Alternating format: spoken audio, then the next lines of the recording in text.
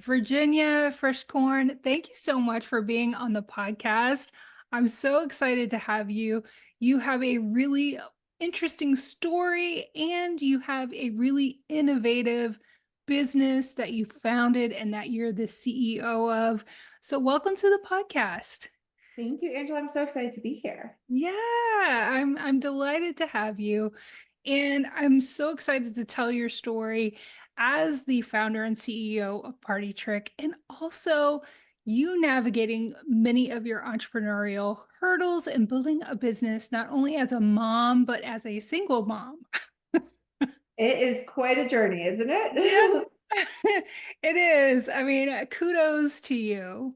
But Thank you. let's start at the beginning. Let's pull the curtain back a little bit for our listeners and talk about those early days of building your business as a single mom and talk about what that looked like because we get so wrapped up in the success and where we are now, and we don't really realize all the work that went into that.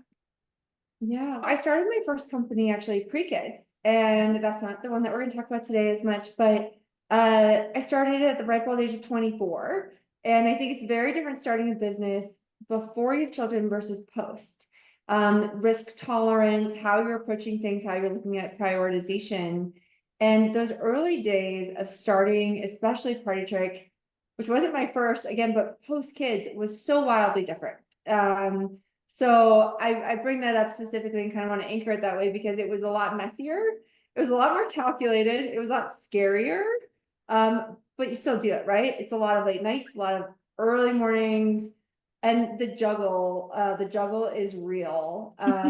Trying to piece together that vision with the energy after you're exhausted and you feel like your patience is gone because you want to give your kids like a great version of yourself, and then you come to your business, which deserves a great version of yourself as well. And it's this I don't know, it's this wild chaotic time. It's the birth of a new business is like the birth of a baby. You don't entirely know what you're doing, even if you've done it before. It's a Mhm. whole different version of it. So what did it really look like? It looked like a lot of very long hours, ruthless prioritization, and learning how to have that blind faith and confidence in yourself when you're exhausted, when you're second guessing the decision. But then you get that little flicker that's like, you know what, this matters. There's a reason why we're doing this.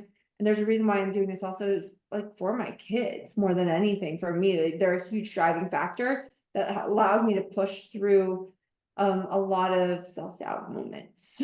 Looking at where you're at now and you're doing, several $1 million events, it's wonderful to hear that despite your success, you absolutely had moments of self-doubt and Oh God, chaos, yeah. especially as a mom. So, talk to us about some of those conversations that you were having with yourself to get through those moments, because that is something we really don't hear that often about.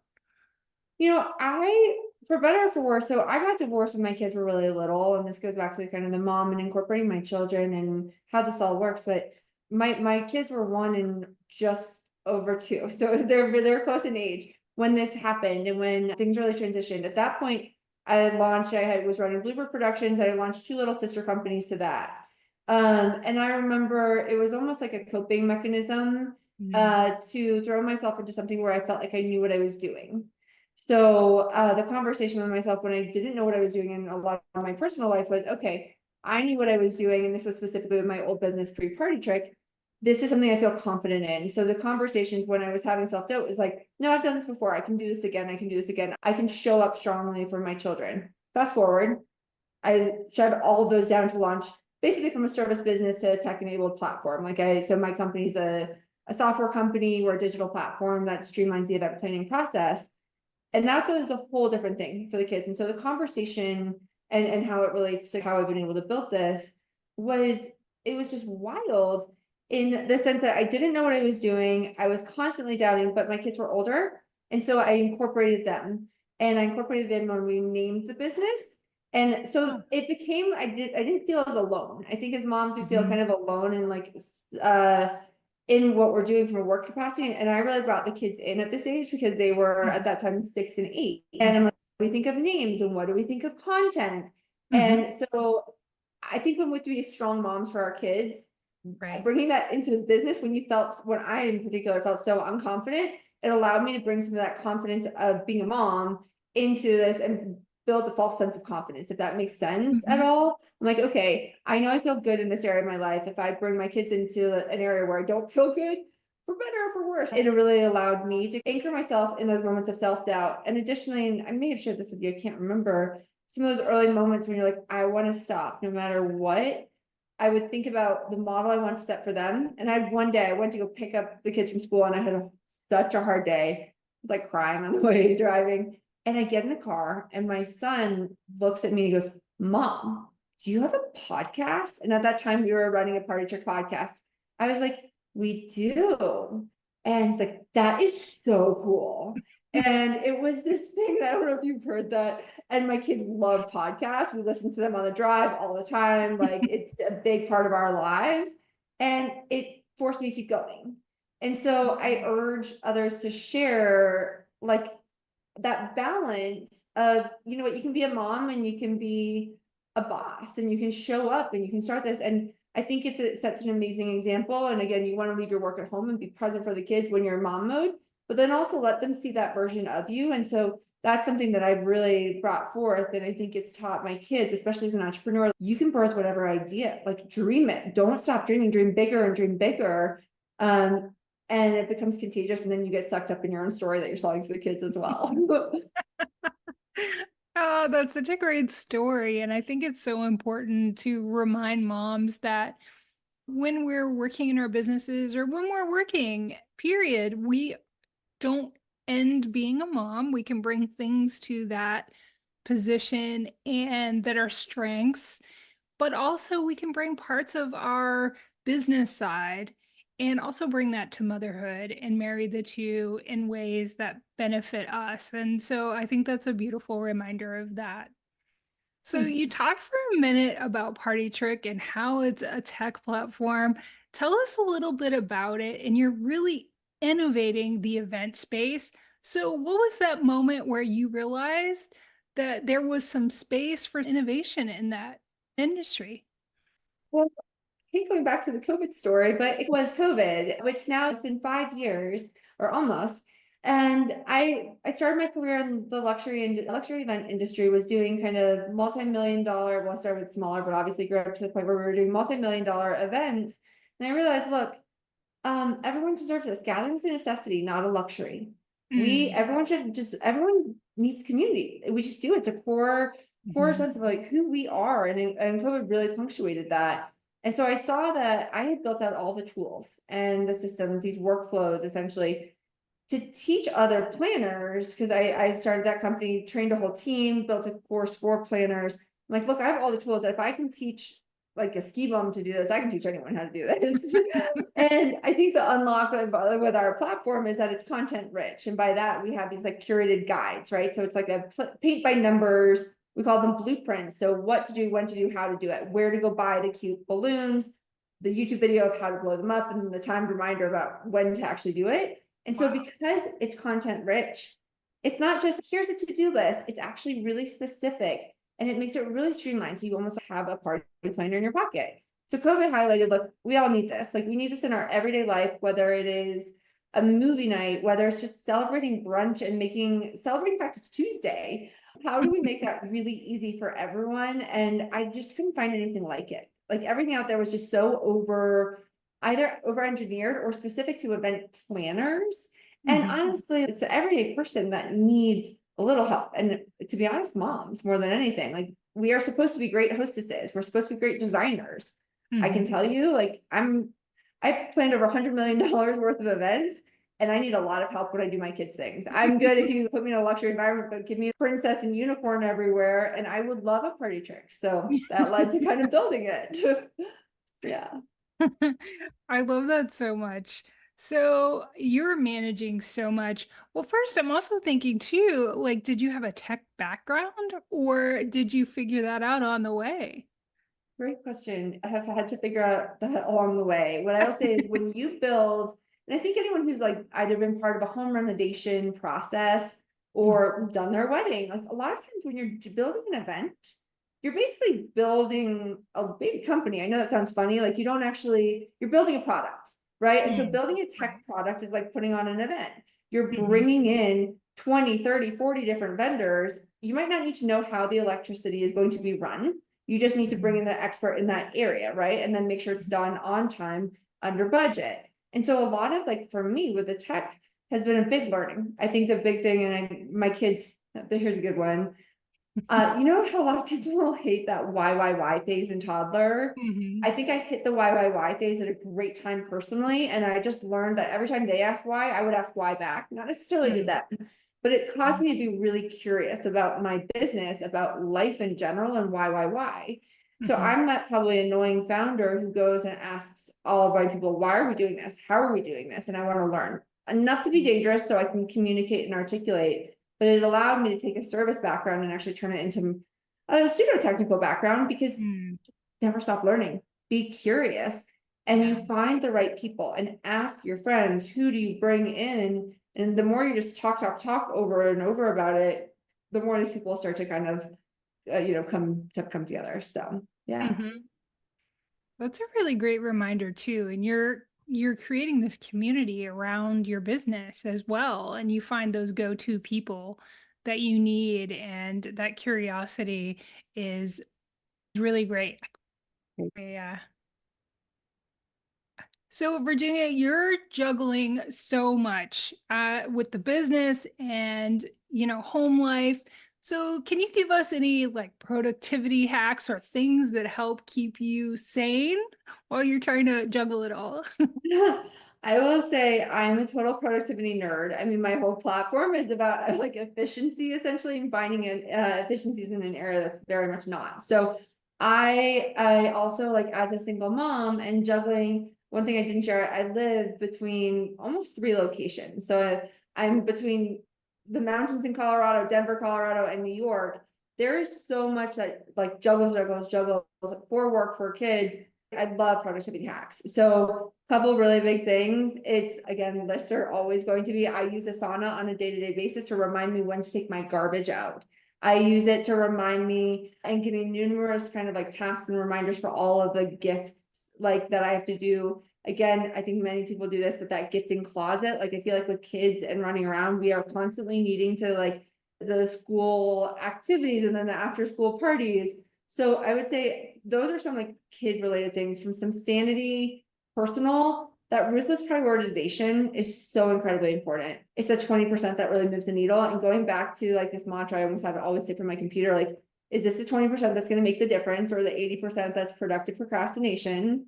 And sometimes you need that productive procrastination to get the momentum going again. Hmm. So stacking things, like I will walk while I'm working. I have a walking treadmill because it allows me to guarantee that I'm getting some movement.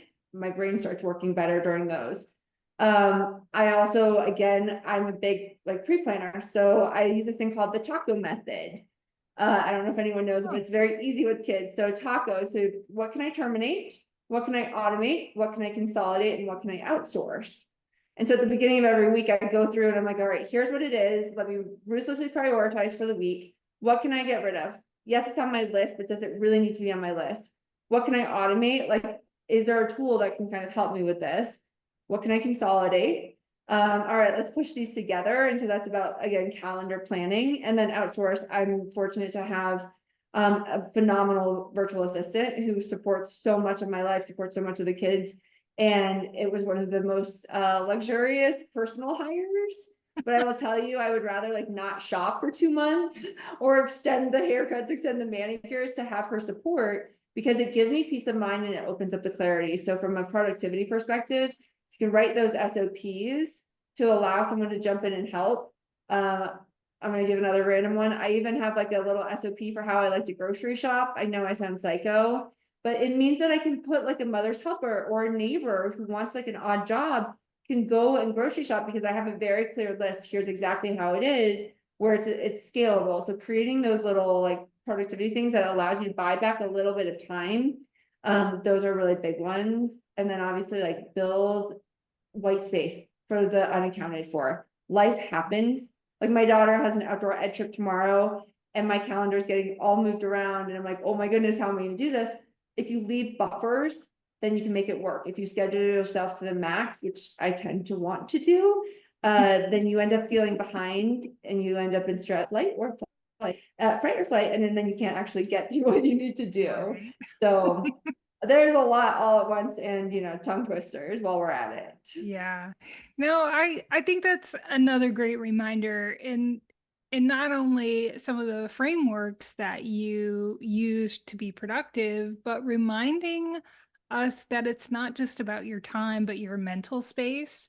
That's so important because I think we tend to take that for granted and think, oh, it doesn't matter how much that we're thinking about, but if you can offload that to Asana or some type of reminder system or a process, that just really frees you up to do so much more.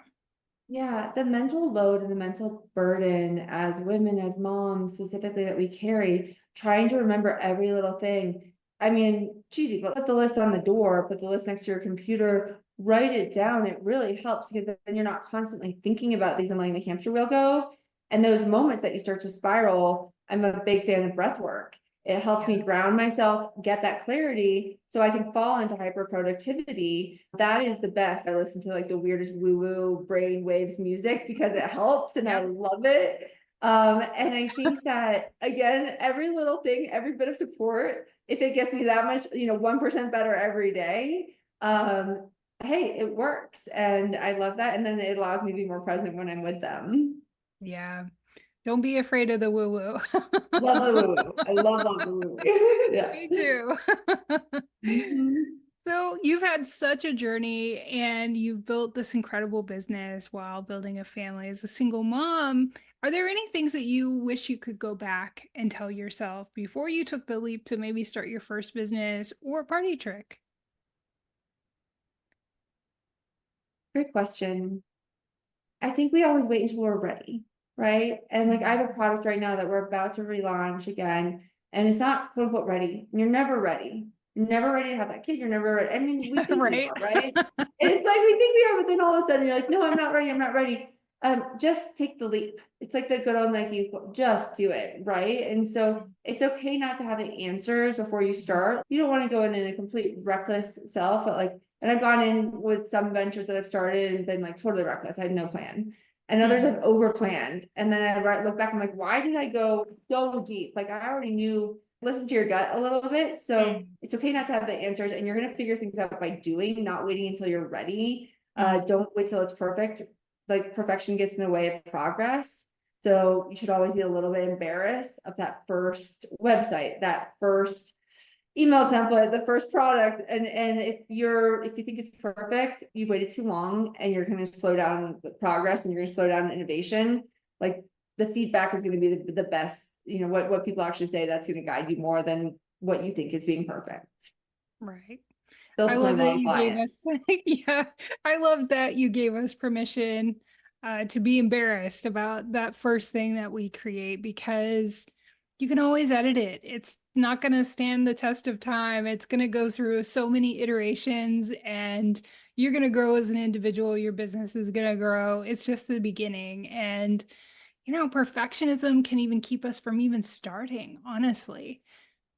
Totally. I know so many people, and actually have a few advisors and some early like angel investors on my company who are, I think that they come and they do that because they want to see and they want to be around businesses in this like birth in this phase. And because they don't, it's never, they can't take the leap themselves and they want to. And I would urge people to remember, don't get to that point where you're like, I wish I would have done this. Like if it Mm. doesn't work, it doesn't work. And obviously play it safe, make sure you're taking care of yourself. But at the same point, you don't know unless you try. And so many times people sit on the sidelines waiting for the perfect moment to get out and do it with a slightly reckless, but also, a little cautionary side. Yeah, as cliche as it sounds, it's really just what is needed in those Yeah. moments where you feel inspired. Just take that action. Yeah. So, we also have these weird metrics as mom entrepreneurs, especially what is successful and what that feels like. So, what would you what does success feel like now?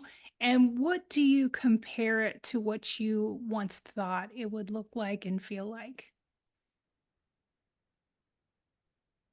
I think I once thought that this is a hard one. So success, I'm just gonna kind of ramble for a moment on this. Success can be thought of in this like milestone. I hit a certain financial goal, a next win, an award, an achievement, but then the goalpost is always moving. And I Mm, don't think that's really success. I mean, it's great. It looks successful from the outside, but if you don't feel that on the inside, that's not really success. mm, And I think success really feels like that peace and that inner satisfaction where you can have a successful day. It doesn't mean that you like won some award or closed a contract, but you actually know that you push the needle forward, assuming that was the right thing or unsolved. And you can take a moment and pause and reflect on what just occurred. And it's that peace and feeling aligned with purpose. Success can feel like being present with those that you love and being really proud of how you're showing up. And that is, to be honest, more important and more grounding than any sort of like acclaim. Yeah, acclaim's great, mm, right? It's a validation. It's a blue check mark. mm, And it looks nice, but it can feel hollow. And I think some of the most, and I've been blessed, I would say I've been blessed to be around some of the most successful people in the world through the events that I used to throw. And you can see the ones that are truly successful because there's a sense of inner gratification and that piece that they know who they are. There's a self-awareness, they're proud of their accomplishments, and the others that are always constantly striving, and you feel like things are never enough. So there's that sense of self-worth, and that to me is like that true measure. And that's where you can go to bed feeling calm at the end of the night instead of just feeling more pressure to hit the next thing, to hit the next thing. Yeah, you got to be there. Like I'm the first person, I'm highly competitive, and I will constantly be moving that goalpost. But one of the things that's really shifted later in life is like, I don't really care if I make it onto certain lists in the same way that I used to care. So a 40 under 40, top planners, top 10, X, Y, and Z, they're great. And I think that once you get a few, then you're able to say, all right, cool. Like, who am I? Because those don't really matter. And they're more, I don't know, like they help get over an insecurity, but they're not actually when you can anchor and root in yourself, that's when that's where the real security comes. And so for me, that's really success. And I would urge everyone to think about it that way because it's so easy to think about it in terms of a number or a milestone, but that inner peace and that time and is really the most important thing. yeah.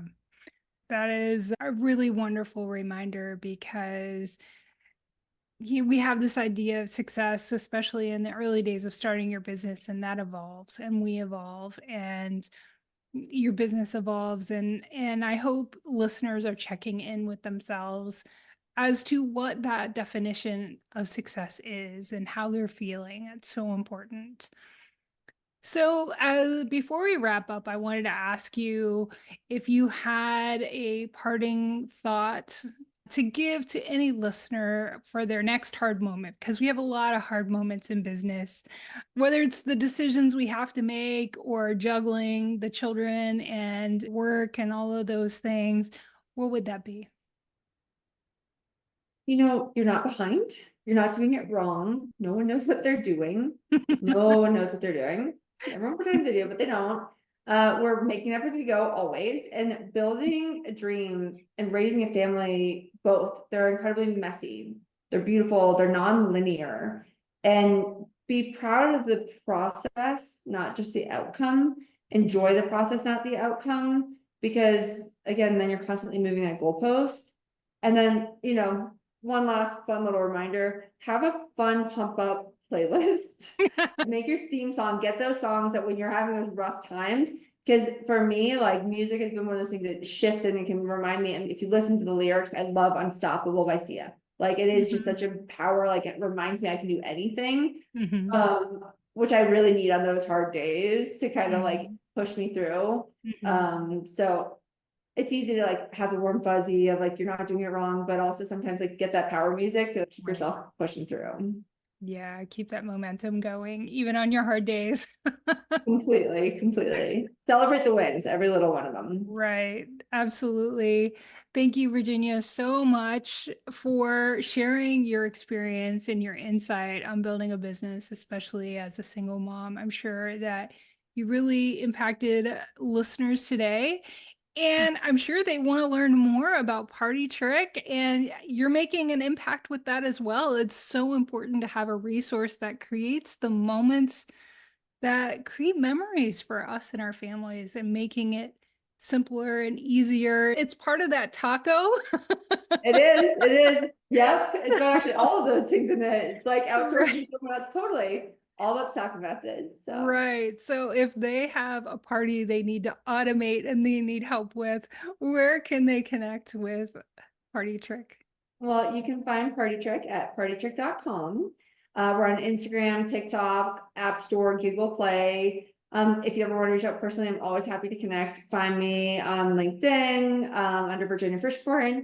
And again, our consumer, I don't know if I have shared this, but I love, again, making things easier, that efficiency and the productivity. Our consumer offering is free. We have, our core models around our larger businesses. But for me, I feel so passionately about, especially moms who have to bear this load. I Right. want this product to make everyone's lives easier. And so it's a free thing. Go out, use it for a date night, a family night. You can use it for a small business. So yeah, find us on partytrick.com. I love that. Thank you so much. It was such a great conversation. Such a pleasure. Thank you so much, Angela. Have a great Yeah, one. you too. Thanks.